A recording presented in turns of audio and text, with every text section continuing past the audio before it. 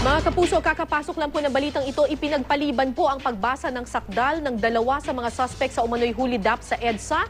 May news to go si Mark Salazar. Mark, bakit hindi natuloy ang arraignment? Kara, dinala dito sa korte sa branch 213 ng Mandaluyong RTC ang dalawang suspect nga dyan sa sinasabing hulidap sa EDSA na naganap noong September 1. Sila Chief Inspector Joseph De Vera at si PO2 Jonathan Rodriguez para sa kanilang scheduled arraignment today. Kaya lang ay dalawang motion pa kasi ng kanilang abogadong hindi pa nare-resolbat. Ito yung kanilang motion to quash the information at ang kanilang motion to transfer detention. Bagay na hinihingi ng panahon ng kanyang mga abogado na resolbahin muna ng korte bago sila basahan ng sakdal.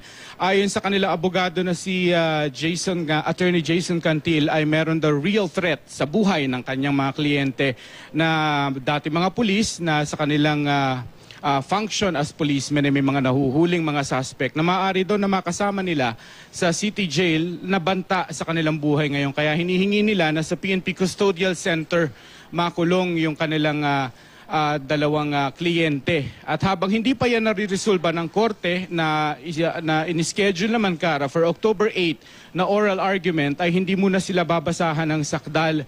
Binibigyan ng 10 araw ang prosecution na mag-comment sa motion to quash at 5 araw naman na mag-comment sa motion to transfer detention.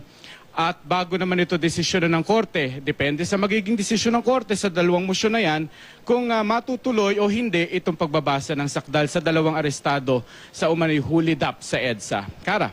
Maraming salamat, Mark Salazar.